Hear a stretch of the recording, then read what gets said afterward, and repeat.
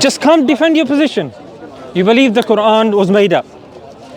Tell me your claim. Why are you getting excited before I've even started? I haven't even opened my mouth already. Well, I'm asking you your claim before you run away, like your predecessors. So, well, I'm asking you what you're going to say so we can forward the conversation. Let me finish, we can start. No, let me finish. I'm gonna go on for 5-10 minutes. State your claim, give your evidence, or walk off and talk to somebody else. Whatever claim you want to make your claim. We speak, and then you can move. If you want to go 1 mile an hour, if you want to speak and you go back and forth, we can go back and forth, no problem. You just spoke about Israel having the right to defend itself. Well, I was asking him, do you believe that Israel has a right to defend itself? Or Israel, I didn't say it right. I said, is Israel defending itself? Do you believe Israel is defending itself? It's not a matter of belief, you know. Oh, go on then. I have no dog on the matter. You don't have dog in the matter? Okay, go on. But it has been on the news that Israel has been defending itself. Because apparently there is some kind of threat. Yeah. Make your point. Make your point. Do they have the right to do what they are doing? Make your point. So you're saying Israel? They're asking if they have the right to do what they do. They have the right. But then the question is, what right are you talking about? Because there are many rights. You could have a religious right to be doing something because God is telling you. You have a, maybe a legal right to be something, to do something because the international community is telling you. So, in order for me to be able to respond to you, I need to know what do you actually mean by having the right to defend itself. You've totally missed my point from the get-go. Please enlighten. So he came and... I just came, but you were talking about Israel, so I don't want to... No, you were here. No, you were here when he made that point because you reiterated that point. That's the first point. Number two, if he's making the claim, I was asking him, does Israel have a right to defend itself? Is that what he's going to say, that Israel is just defending itself? You've gone in a roundabout sort of way. You've gone, I listened to you, isn't it?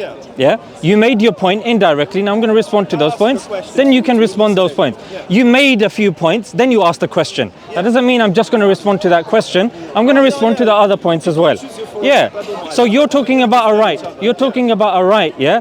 I understand what right means. A religious right, political right, sociological right, psychological right. But when you're talking about Israel defending itself, from what?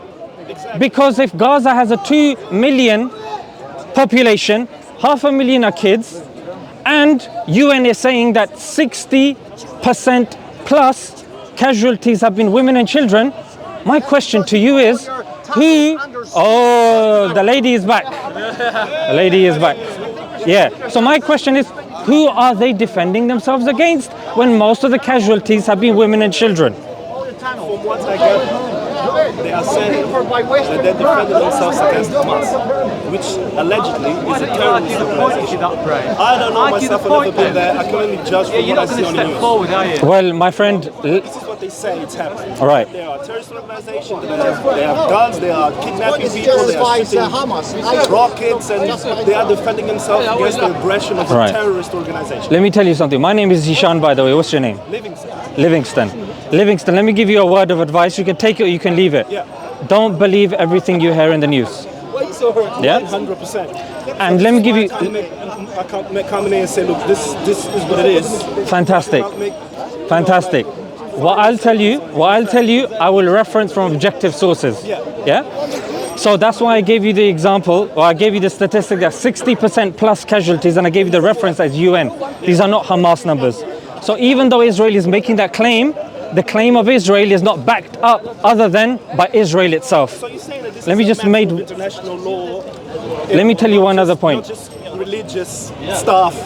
So it's a matter of international law, a matter of a legal system. There's a bit of both in there. Yeah, there's a bit of both in there. It's better, at least we can pinpoint. We can, because you're honest when you're saying you don't know and you're willing to listen, my friend. I can dial it down for you, no problem. If somebody comes like you saw him, he's coming over here, shouting a little bit, going over there. With that person, there's a different approach that's needed for that person. For you, I can give you another approach. So look, if they're saying that we're only attacking Hamas, ITV, I'm giving you British sources. ITV is there with the camera, a guy's going forward with a white flag and he gets shot down. That's not Hamas. 60% kids, women, they're not Hamas. Hospitals, they're not Hamas. 7 UN workers, they're not Hamas. And Hamas did what they did, 800 casualties. They have killed, murdered, butchered 30,000. So Livingston, as an objective observer, do you not see the disparity here?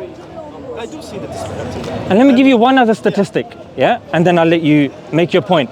More bombs have dropped on Gaza than 2 atom bombs that were dropped on Hiroshima. And of course, white phosphorus, which is illegal, dropped on Gazans, which melts their skin. And then even if you do survive, you live with cancer, with a disfigured, disformed body. Go ahead. Similar like what the Americans did in My Vietnam. position is, Right? With Agent Orange. let me tell you why my position is in killing. I am 100% against killing in any shape or form. For me, death is something that is not acceptable. For me, when human beings engage on murdering, in whatever scenario, even war, for me that's wrong, it should never happen. Fine. So, is Israel doing something wrong? In my opinion, of course they are, because they're killing people. Is Hamas doing something wrong? Yes, they are, because they are killing people. So they're both wrong in that scenario, as far as I see. Do you believe they're both in the same category? One has bigger guns than the other. That's just One has a bigger army, one has a bigger backing. Yeah, exactly. Yeah, so you've got UK giving them backing, America giving them backing in the billions. Yeah, billions. Even Hamas, money over. no one's helping them in the Middle East. Saudi Arabia has taken a backseat. Qatar, backseat. Everyone's taken a backseat. Those guys, let me give you an example now, yeah? People talk about war and peace. In 2018, Norman Finkelstein got involved and he said, look, let's get peaceful here, yeah? Do a peaceful protest. And then they were unarmed, they were doing a peaceful protest. And the UN, you can get the UN report in 2019, a year later, they compiled this. They say this, they got their snipers, their best snipers. They lined them up. They lined them up and they were aiming. Deliberate killing. It's from the report of women, of children, of medics. Okay, but let me ask you Livingston, wait. Livingston, one second. Just let this soak in for a little bit. Because you told me the news. The news, we know. Okay, this is person's funding the news. This is, okay, put the news to the side. Israel saying this, okay, if you can't take Hamas statistics, you can't take Israeli statistics. Here you have the UN, an internationally accepted body, saying, and the reports come out. Israel could have refuted it. They didn't. They said they were aiming for kids. They were aiming for women. And those people, if they weren't aiming for them, you know what they were doing? They were aiming for the kneecaps of the people. This was in Haaretz. One Israeli soldier was bragging. In one day, I got 42 kneecaps. You know, if you get the kneecaps, Livingston, you're disabled for life. They were aiming. I understand. You've made the... I get the point. I certainly hope so. I get the point. Go ahead. This gentleman made a point about Norman Finkelstein, and this guy even has said, it's very he's a Jew. He's a Jew, right? He's got parents from the Holocaust survivors. He's a Jew, yeah. And he has said the same thing what Hamas or what the Israelis are doing. Yeah. It's exactly the same thing what the Nazis were doing to the thing, but they're just reversing it. And we have to understand is at the end of the day. This is a Jewish person who has parents from the Holocaust. And he's very, very brave. And there's Jews also that will stand independently against the Israeli Zionist organized group. So they independently, and they say this is There not are right. Jews for Palestine, I think. There is. They are. What we need to understand is that this has not just been going on today. This has been going on since the development of Israel from 1948. We Since have to the Nakba. understand- Hang on. And I don't know how young this gentleman is, but I've been on this planet for 4 decades. So I know if that is the case, right? When Israel was created, it was created by refugees that were coming from Europe that had fled the war. And when you go back and see 2, 3, 4 generations, they have no thing to Israel. They have no attachment to Israel. They're all from Eastern Europe. And even then, they don't even like their own Arabs that have come from. So Livingston, without moving from the point, what do you think after you've heard objective stats, figures and sources? That I don't have a dog in this race. I don't personally. But from what you've heard, you can share your opinion, correct? Like I said, I am against killing. For me, it's an atrocity. Children, women. Like I said, I have no dog in this matter. When I look around the world, I see other genocides. Livingston. In South Sudan, there's a lot of killing going on in there. There's a lot of genocide going on in there. And is that wrong? It is absolutely wrong. Would you have a dog in that race when you've got one people committing? Anyone coming into the park talking about what's happening in South Sudan. So Well, my question we've spoken then about is, Sudan. What makes it to you so appealing to talk about Palestine and their struggle and not anybody else's? Why is that the killing of Palestinians is somehow more relevant to you than the murder and genocide of Africans in South Sudan, for example? Okay, Livingston, I told you when you were making this point, I've spoken about Sudan, yet you continued making this point. You ignored the fact I'm a YouTuber. We've made a video about Sudan. But you don't know. Yeah, Then why are you making that point then? I'm not judging things. You have judged me. No, You said you haven't said. asking you. Well, This is maybe why you I'm should here. have said, Because why is it? I really don't watch television. Okay, no problem. Unless I sit here and talk. I will tell you. I've spoken about what's going on in Burma. Yeah. I've spoken about what's going on in Somalia, Yeah. in Sudan, in Palestine. I've spoken about what the Americans have done in Afghanistan, in Syria, in Libya. I have a politics website in which we talk about this news and a YouTube channel in which we expose and we express and we articulate these to the masses. So now when I come back to this point, why Palestine? Because if you look on the globe, you have objective sources. For example, the Economist, they are saying and describing Gaza as a rubbish heap. UN said 10 years ago it would become an unlivable place. You have a former, I think, senior in the Israeli kind of setup. She's saying our job is to make Gaza unlivable. These are her words. Our job is to make Gaza unlivable. Unlivable to who? Unlivable for the Gazans. For the people who are there. Let me tell you, because you know what, Livingston, this, when people don't know this, then they think that we're not supposed to have a dog in the race. I'm telling you, forget having a dog in the race. We should have 101 Dalmatians in the race. Every single dog we find, we put in the race. I'm going to tell you why. Because to me, to be honest, Frankly, Livingston. I don't care. Okay. And maybe that's an appalling thing. Let me tell you why, Livingston. Let me tell you why this is worrying. Yeah.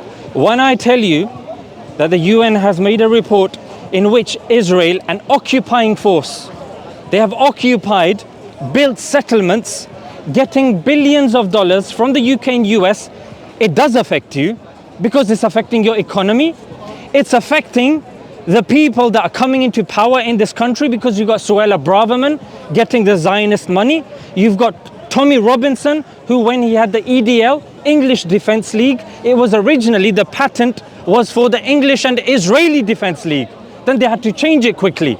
Because when you are following these people thinking that they are objective observers and you realize, oh, we have a foreign government interfering in our politics, they're interfering in my day-to-day, earnings, because our government is giving millions, if not billions to them, I say you should care. And when you've got these people saying we are aiming for kids, we are aiming for women, I ask you, Livingston, if you are a human being and you have an ounce of integrity in your body, why is it that you would not speak out, shout out against injustice? And I'll tell you why. I'll tell you, Livingston, the reason why I do, let me just make the point, because you asked me this, is because my morality comes from Islam. Yeah? And I have we believe in objective morality, comes from God. Even if my family, we're told in the Quran, speak the truth, even if it means going against yourself, even if it means going against your family. Whilst you'll have atheists saying all that matters is my family, my group, my clique. As a Muslim, we're taught, even if your family is doing injustice, you speak against them. So these are for us al-Muslimu ka jasad al-wahid. Yeah, that believers are like one body. Wherever we are, whether it's in Somalia, whether they're in France, whether they're in the Antarctic, whether one of them's made it onto Mars. If they are suffering, what I'm saying is, Muslims, but we have a human obligation as well. If within the Muslims you have a disbeliever living there, we have certain rules and guidelines. If I oppress you, did you know that if you were to curse me, even though you don't believe in God, hypothetically, I'm sure you do, but even if you don't, and you say, may God curse you, God would even hear your prayer against me, a believer as well. In Islam, there's no favoritism when it comes to injustice. Doesn't matter who you are. Go ahead, Livingston. If I was a general in a war, and I knew that on the front line, I was suffering immense losses. I was being defeated and beaten, and my army was, being wasted. That women and children were being. I would pick up my troops and leave. That's my own personal opinion. It doesn't mean that I'm right about it. I'm just saying. What if they don't let you leave? What if they put you in a prison? Gaza is an open air prison. David Cameron, his words, not my words, not Muhammad's words, not Ahmed or Bilal's words. David Cameron of this country, who doesn't have a dog in the race, or maybe he does. I'll tell you what, I personally, I might be wrong, but I think that's a bit too far-fetched. Because even under Which bit? the ones that they cannot leave. Because even under international... It's a fact. They can't leave. Under international...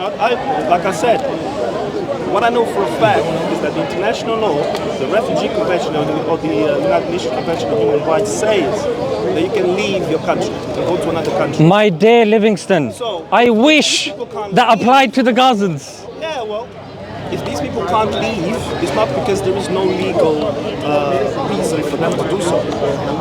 If they're being held hostage in that land, that's a different story. But when it comes to international law, anyone can leave. Look, Livingston, And anyone can go. Can the victimizer leave? Look, Should the victimizer leave? brother, let me tell him some of these points. Livingston, Livingston, let me just give you some of these. Maybe you're unaware of these, yeah? like I said, I don't watch television much. I'm going to tell you. Myself on what I know. Livingston, that's why I'm telling I told you. you it's a fact. No, it's... So if they can't leave, maybe there's other reasons for that to be happening. Maybe they're being held hostage. Okay, You know? right. Yeah. President Herzog of Israel, these are his words, all Palestinians in Gaza are responsible. Not Hamas. All Palestinians, including women and kids. Netanyahu said, turn Gaza into rubble. Gaza, all of it, into rubble. And then he mentioned Amalek. Yeah, and B'Tselem, the human rights organization in Israel, say anyone who's gone through the system, no. When somebody says Amalek, you know what that means. It means men, women, children, everyone. Yeah, because They know what it means. about the Amalekites, right? Let me just make this point, yeah? Daniel Hagari, Israeli army spokesperson, said the goal is destruction, not accuracy. Look how many cameras there are.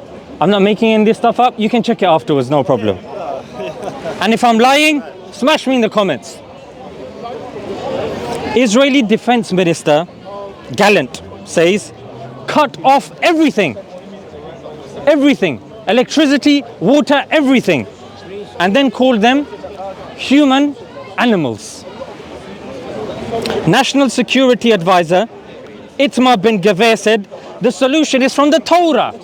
Oh. Where is the solution? Liberate. This is his words. It's from the Torah. Liberate, settle, and expel. And then the last point. Let me just make the last point, which is the one that I mentioned.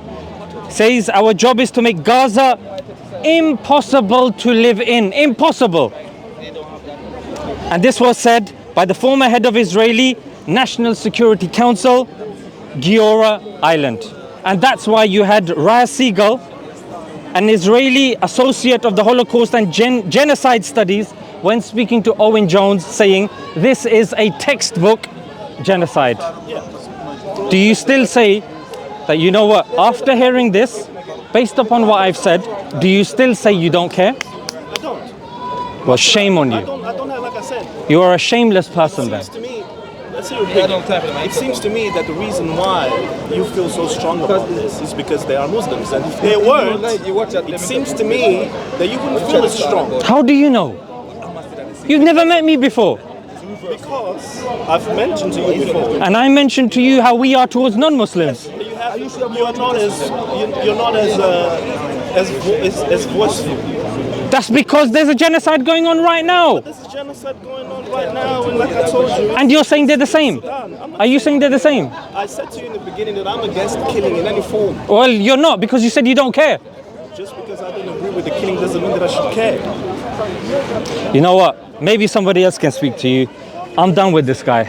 Honestly, somebody who says that to me, bro, this guy, honestly, wallahi, I don't believe this guy is sincere. Wallahi, I do not believe this guy is sincere. He has come with an agenda in mind. You can speak to him yourself. If you tell somebody like this, this is what the Prime Minister, this is what the President, National Security Advisor, Defense Minister, all these guys said, and then he says Sudan. I tell him about Sudan, yet the guy still is saying, no, it's the same. I don't really care. Why do you care about that? So he's telling me he doesn't care, but he wants me to care over. I'm done, bro. I'm done. But you mentioned before, Done with you, bro. as far as I'm Allahu Akbar. where Moses was told to go there and kill all the Midianites. Allahu Akbar.